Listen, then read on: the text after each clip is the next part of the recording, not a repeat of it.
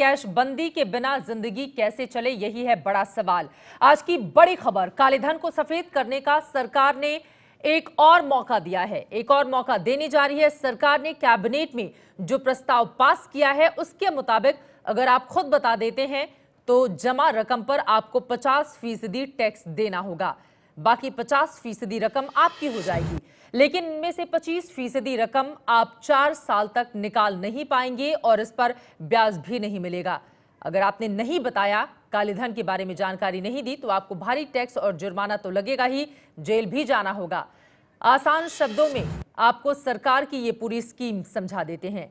कालेधन को सफेद करने का मौका दिया है, खुद बता दिया तो 50% टैक्स आपको देना होगा। कैबिनेट ने जो प्रस्ताव पास किया है, अगर 1 करोड़ है तो 50 लाख रुपए का टैक्स आपको देना होगा। 50 लाख आपका होगा, लेकिन 25 लाख बैंक से आप 4 साल तक निकाल नहीं पाएंगे, यानी कि 4 सालों तक आप सिर्फ 25 लाख रुपए का ही इस्तेमाल कर पाएंगे। 4 साल तक बैंक में जमा 25 लाख पर कोई ब्याज भी आपको नहीं मिलेगा। कैबिनेट की ओर से अघोषित आय पर यह प्रस्ताव पारित हुआ है। अगर नहीं बताया तो 60% टैक्स और 30% जुर्माना लगेगा। आपको जेल भी इसके साथ ही जाना पड़ सकता है। 1 करोड़ रुपए पर 60 लाख रुपए टैक्स, 30 लाख का जुर्माना, यानी कि सिर्फ 10 लाख रुपए आपके पास बचेंगे, लेकिन आपको जेल भी जाना पड़ सकता है अगर नहीं जानकारी दी आपने काले धन के बारे में सरकार को। तो शिशिर सिन्हा हमारे संवाददाता इस वक्त हमारे साथ जुड़ चुके हैं। शिशिर, विस्तार से जानकारी दीजिए। एक और मौका, कालाधन जिनके पास इस वक्त भी मौजूद है, उन सभी को सरकार ने ये बीच का रास्ता दिया है कि आप अगर इन रास्तों से होकर गुजरे और खुद ही बता दें तो 50% रकम आपकी होगी। बिल्कुल, देखिए, इनकम डिस्क्लोजर स्कीम जो कि 30 सितंबर को खत्म हुई थी, उसका एक नया स्वरूप आप इसे कह सकती हैं कि जहां पर आप खुद ही जानकारी देते हैं और आप अपने बैंक अकाउंट में जमा कराते हैं, तो आपके लिए रास्ता यही है कि कम से कम आधी रकम तो आपकी बच जाएगी, इसमें कोई शक नहीं। और उस आधी रकम में भी आधी रकम जो है वो आप 4 साल बाद इस्तेमाल कर सकेंगे और बाकी जो बची रकम है वो तुरंत इस्तेमाल कर सकेंगे।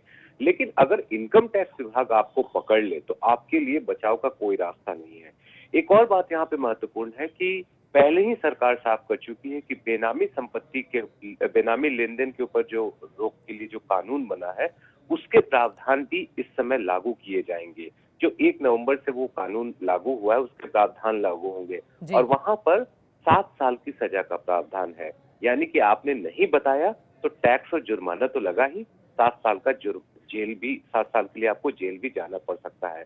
तो ये बीच का रास्ता जरूर है, लेकिन सख्ती भी काफी है। और दूसरी चीज ये भी है कि जिन्होंने इनकम डिस्क्लोजर स्कीम का फायदा नहीं उठाया, उनके लिए रास्ते और भी मुश्किल हो गए। लेकिन उन लोगों के लिए क्या होगा अगर जो बता देते हैं सरकार को कि उनके पास काला धन है, तो उनके लिए क्या सिर्फ 50% ही जमा करना होगा, बाकी किसी भी तरह की कोई दिक्कत नहीं होगी उन्हें? बिल्कुल नहीं दिक्कत होगी। उनके लिए तमाम जो प्रोविजंस होते हैं, प्रोसिक्यूशन के जो कानूनी कार्रवाई के प्रावधान होते हैं, उन पर लागू नहीं होगा। 50% आपने दे दिया, 25% 4 साल बाद आपको मिलेगा और बाकी 25% तुरंत मिल जाएगा। तो इसीलिए मैं इस बात को स्पष्ट कर देना चाहता हूँ कि एक तरीके से ये इनकम डिस्क्लोजर स्कीम का एक्सटेंशन है और जो लोग अभी तक इनकम डिस्क्लोजर स्कीम में नहीं आए थे, जहां पर सिर्फ 45% ही टैक्स का प्रावधान था, यहाँ पर 50% दे करके आप तमाम कानूनी झंझटों से बच सकते हैं। जी शुक्रिया इस पूरी जानकारी के लिए आपका। और इस वक्त हमारे साथ चार्टर्ड अकाउंटेंट शिशिर गर्ग फोन लाइन पर जुड़ चुके हैं।